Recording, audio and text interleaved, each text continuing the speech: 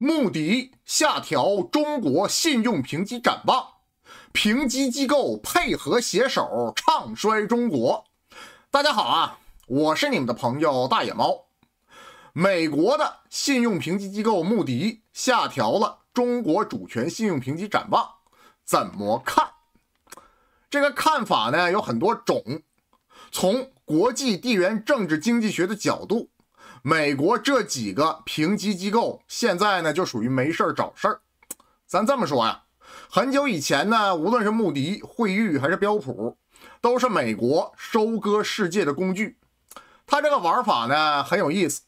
首先呢是下调评级，然后呢导致这个国家的产业估值呢就开始缩水了，然后无法形成有效的竞争，就彻底被灭掉。然后等到它缩水差不多的时候呢，美国的资产呢就来抄底，干什么呢？完成收割，然后就等着下一轮。所以呢，美国可以通过这个方法呢，始终保持竞争力的优势。这个呢，等于说呢，他们拉偏架。其实呢，就是这么回事嘛。金融上它可以拉偏架，地缘政治上我们也看到美国经常这么做。比如说以色列和巴勒斯坦，就是美国长期拉偏架的结果。不过不用怎么说呢，那是美国单极霸权的时代。现在呢，这几个信用评级机构呢，属于脑袋抽风型的。为什么这么说呢？因为当年呢，咱这么说，由金融主导的时代或者全球化时代，但是呢，现在的情况呢不是这个样子。现在情况呢，这个时代快结束了，一去不复返了。我为什么这么说呢？今天穆迪呢在中国干的这件事儿，3个星期前呢在美国也干过。这玩意儿你说它影响大吗？说实话影响不大，尤其是现在。不过呢90年代的时候呢，东南亚这个金融海啸呢，这3个评级机构和美国一配合，可真的完成了一笔收割。但是呢97年这一次，美国西方呢的确狠狠地收割了东南亚一把，然后扬长而去。只不过现在呢他没这个机会了。今天这个怎么理解呢？咱这么说啊，我的回答是这个：穆迪把自身的信用搭上去，配合美国的那帮工具人小旺旺来唱衰中国经济，目的呢是让中国政府放水，然后等到大水漫灌呢，让美国资本呢完成收割。我怎么评价他这么做呢？走钢丝啊，在地缘政治上走钢丝。失败了咱还好说啊，唱衰中国经济失败了，中国赢了，这个还好说。如果他要成功了呢？他要是成功了，中国经济真崩了的话，我可以告诉你，最后的结果可真的不是美国想要的。为什么？因为到时候首先我们会看到的就是中国马上会发动军队干什么？把东南某岛拿下。他投降可以，咱可以聊一国两制，咱可以聊别的。但是如果他不投降呢？不投降就会变成加沙地带，可能比加沙地带还要惨，知道吧？这就是中国经济一旦不行了的，首先我们会看到。所以这个问题是这个，西方是想要中国经济好呢，还是不好？好也不行，不好也不行。为什么？不好的情况下会发生什么事儿了？增长引擎没了，西方怎么办？那西方经济不得跟着衰退啊？然后呢，中国把军费提到8%或者10%，开始打仗了。就这个生产能力，就现在所有的安抚的方法，所有的绥靖的方法，到那个时候都是远远不够的，就这么回事嘛。穆迪这一回干嘛呀？这是维持评级不变，但是把展望从稳定变成负面，预示中国经济下行的危险。那理由是什么？理由不就是之前携手们唱衰的那几个吗？什么出口已经下降了，增长放缓了，地方债呀、房地产乱七八糟的一大堆啊，年轻人找不着工作，不就是这些东西吗？有没有问题呢？当然有问题，但是呢，问题大吗？问题不大呀。中国每年经济增长，现在经济增长几？现在经济增长5.3%啊。明年呢？明年 IMF 展望增长4%以上啊。4%以上这个经济体那相当多了，一年增长一个印度尼西亚，你觉得怎么样啊？对不对？为世界全球增长贡献了30%以上，难道这个叫经济不好？你想让中国经济增长多少？增长7%，那不是射箭画靶吗？我射一个箭，画一个靶，增长到7%没有？没到7%，说中国经济不行了，不就是这个吗？这就为什么我说穆迪把自己的信用搭在了这条线上。如果成功了，那行，他成功了，但成功了搞不好东南某岛变成加沙地带了，或者呢什么小日子那地方变成加沙地带了，那你说这咋整，对不对？那我说的是什么意思啊？我说什么意思？中国如果这个事儿大吗？不大。那中国如果这个事儿不大，为什么不大？一方面是什么？中国体量在这摆着呢，还有一个是啥？作为超级大国，有个耍流氓的资本啊！看看俄罗斯没？看着了吧？财政部回应了，怎么着啊？坚决反对，对吧？做了一大堆解释，解释有什么用？我觉得没啥大用。与3个星期之前拜登政府一样，也做了一大堆解释，也没啥大用，属于例行公事啊，例行公事。这事儿影响大吗？我觉得影响不大。但是啊，怎么看？信用评级呢，就那么一回事儿嘛，就那么一回事儿。它是一种惯例优势跟生态优势衬托出来的一个东西。当美国一家独大的时候呢，这几个信用评级机构呢就可以作为工具；当美国不行了的时候呢，这几家呢只能对他相信的人有用。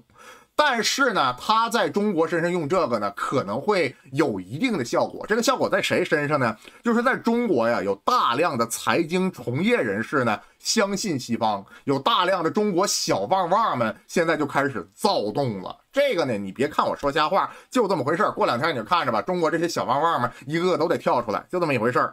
但是呢，现实是什么？现实是我们这个全球化时代，这个所谓的全球化已经不存在了。西方正在退出历史舞台，和平与发展不再成为主题。这个是我们将要面对的时代，全球化没有了。如果你说一个好一点的，说一个好一点就是区域整合嘛，区域整合还是一个好事儿呢。你别整个全球大乱斗，你全球大乱斗那是另外一回事儿，对不对？比如今天非洲就有一个新闻，非洲新闻不知道大家关注没有？肯定大家不关注。我跟大家说一声，非洲有3个国家，尼日尔、布基纳法索和这个马里，这3个国家干什么？准备合并了。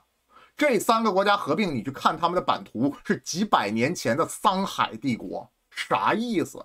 太明显了。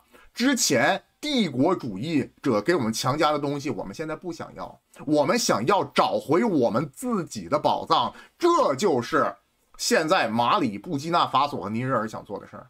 这3个国家经济怎么样？经济很不好。信用评级怎么好？怎么样？哎呀，基本没有信用评级，但是人家有啥？人家有矿啊。人家有矿啊，人家地底下埋葬了很多东西呢。到时候咱这么说，他们跟西方关系不好，他们不卖给西方。尼日尔不是生产铀吗？铀是生产原子弹的。最近呢，有一个国家过去了，知道谁吗？猜一猜，伊朗。伊朗过去了，伊朗说你这个东西你不卖给法国，能不能卖给伊朗？那他们达成协议了，最后又卖给伊朗嘛，就这么一回事嘛。我说的是什么意思？我说的这个世界正在变化，像穆迪下调中国什么信用评级展望，随便你去做。为什么呢？因为这个世界这个全球化已经不存在了，我也不相信你这个东西，无所谓嘛，对不对？你自己玩你自己的，中国发展自己的不就得了吗？中国为什么要维护着这个全球化呢？没有意思，这个全球化已经没有了。你看看美国现在什么样，乌克兰烂尾了。加沙地带这块拉偏架，最后结果是什么？最后的结果我可以告诉你，他失去整个中东，失去整个第三世界，到头来他想再花更多的钱也没有用了，他可以偏袒自己的蛋蛋无所谓，随便你整，最后你这个霸权没有了，你自己国内的人996你行吗？肯定不行啊。信用评级这个东西是啥玩意儿？大家要明白，谁都可以搞一个信用评级，包括我自己大野猫搞一个信用评级也可以啊。关键点不是说你搞一个世界认不认，或者美国或者谁的他认不认，对不对？中国有一个信用评级叫大公国际，美国是不认的，但是俄罗斯有自己的，你说美国认不认？表面上他不认，实际上动作上他认。为什么呀？美国明确的默认了俄罗斯，为啥呀？因为俄罗斯那个基斯里夫主导，原子弹背书，俄罗斯给自己的评级3个大 A 呀，3个大 A， 那你说美国认吗？表面上他说肯定不认，但是实际行动呢，100%认。我告诉你为什么？因为在俄罗斯3个大 A 面前和原子弹之间做选择，你说美国怎么办？美国肯定得认，多花不就花点钱吗？有啥的？给你点钱，给你钱不就得了吗？我自己少赚点，我别吃核弹，对不对？华沙可以吃一颗，柏林可以吃一颗，赫尔辛基可以吃一颗，台北可以吃一颗，东京可以吃一颗，我美国不要吃这东西，行不行？好不好？可以吧？什么意思？什么意思？你这个信用评级，你这个东西怎么背书？原子弹来背书嘛，对吧？美国原子弹来背书，俄罗斯原子弹背书，我也希望中国呢原子弹来背书，对吧？俄乌战争现在马上要结束了，俄乌战争结束了，在一个旧的体系下，在我们之前的那个体系下，全球化那个体系下，美国主导的体系下，俄罗斯输惨了。失去了好几年的发展，然后被西方全集体制裁，他输惨了。但是在一个新的时代呢，但是在一个新的环境下呢，俄罗斯赚大了呀！俄罗斯赚大了，这个民族人又回来了，人家打开局面了。俄罗斯赚的多大？俄罗斯赚到天上去了，不知道想多大有多大呀！俄罗斯到底赚了多少？咱这么说，中国在抗美援朝这块赚了多少，俄罗斯今天就赚了多少，你明白吗？中国在抗美援朝的时候赚的是什么？两个超级大国同时的认可呀！这两个超级大国同时认可，等于说，哎，这小伙子，来，不错不错，你打的挺好的，咱们现在是一个俱乐部里了，明白这啥意思吧？俄罗斯今天就打开了这个局面。当初我就说不能让他打开这个局面，但是我私底下我不也承认吗？他打开这个局面是早晚的事儿。打开这个局面早晚的事儿，我之前也说过，俄罗斯这场战争是什么？是俄罗斯版的抗美援朝战争吗？现在人家打赢了，人赚上天上去了，怎么着了？对不对？这就是俄罗斯。中国当年做的事儿，在俄罗斯普京这块又复刻了一把。你说有人说金融战啊，今天美国干这个事儿，金融战，对吧？金融大鳄又来了，哎呀，索罗斯又来了，对吧？索罗斯又来了。咱这么说啊。金融战太仁慈了，在我眼里，金融战太仁慈了，也太巨婴了。金融战是什么？我用我的工具打败了你，你承认失败不还手，同时不用其他的方式来报复我，这就是金融战，这就是金融战。你以为金融战是啥东西呢？为什么美国不敢收割俄罗斯啊？美国要收割俄罗斯，老毛子有原子弹，而且老毛子肯定会用那个东西，那美国敢吗？我问问大家，美国为什么不敢收割伊朗？咱这么说，美国给伊朗好处的时候，给了他60亿美元的时候，你看伊朗怎么做的？在巴以这块给你玩了个大的，巴以这块给你玩了个大的。今天美国的外交事务有这么一篇文章，说有7个理由伊朗不会参战。然后同时呢，我在《纽约时报》上又看到另外一篇文章，说中国经济不行了。一边是中国经济不行了，另外一边是伊朗有7个理由不会参战。给我一个什么感觉呢？都是想当然。那我今天你看啊，穆迪下调了中国信用评级这件事儿啊，评级展望这件事儿，那我今天讲的跟它有什么关系呢？我的目的是什么？是让大家呢有换位思考，或者呢用另外一种方法去想这个问题。我再给大家举个例子啊，比如 GDP， 你说 GDP 它重要吗？非常非常的重要。但我问你，俄罗斯跟北约谁强谁弱？如果从 GDP 的角度，那肯定是北约强啊，对不对？ GDP 北约比俄罗斯高的太多了。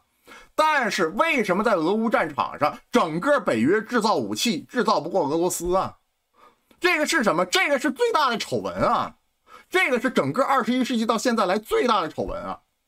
整个北约 GDP 是俄罗斯的数10倍，生产武器的时候生产不过俄罗斯，这凭什么呀？那我问问大家，中国的 GDP 比美国的 GDP 谁大谁小？美国那当然是美国，为什么？人家有汇率优势、定价优势和估值优势，还有铸币权优势。那你自己好好想想，全球化整个的体系都在他手里，那他肯定很高啊。自己的公司可以随便的估值啊，然后把中国的公司的估值压得非常非常的低啊，对不对？但是生产武器呢？工业产值呢？发电量呢？生产钢铁呢？那美国没有办法比了，对不对？俄罗斯你都生产不过，整个北约生产不过俄罗斯，那别说中国了，对不对？那 GDP 是新自由主义时代的产物，我们也知道，之前不用 GDP， 知道之前用什么吗？之前用钢铁产量。钢铁产量是什么？是工业粮食，对不对？但是这里边又有个问题啊，你看北约啊，钢铁产量总和加起来 3.5 亿吨，俄罗斯呢7000万吨，你北约怎么还生产不过俄罗斯？这到底怎么搞的？我说的是什么意思？我说的意思是什么？就是整个这个全球化体系，美国这个美元霸权体系要结束了，我们应该用其他的方式来思考这个世界。这件事儿中国应该怎么应对？中国应该怎么做？大水漫灌吗？肯定不会。我可以告诉你，中国应该做的，首先一个去美元化，这头一个；第二个，美国最害怕的是什么？中国自成一套体系啊，赶紧的自成一套体系，这是第二件事。第三件事是啥呢？搞一个自己的自身的信用评级机构，用原子弹来背书，跟俄罗斯一样。你不承认我的3大 A， 那怎么办？吃个核弹，或者东南某岛，或者小日子直截了当被军事占领，或者小菲佣被军事占领，不就这样吗？多玩点这个，玩一次美国就害怕了。咱这么说，玩一次就害怕，他也不希望全球化走，他也不想全球化完蛋，知道吧？他也是这个。当中国开始耍流氓的时候，你看美国会怎么办？那美国怎么办？美国认怂吗？很简单啊，他也不想失去全球化。你想他，你觉得他现在要失去这个东西吗？肯定也不是嘛，对不对？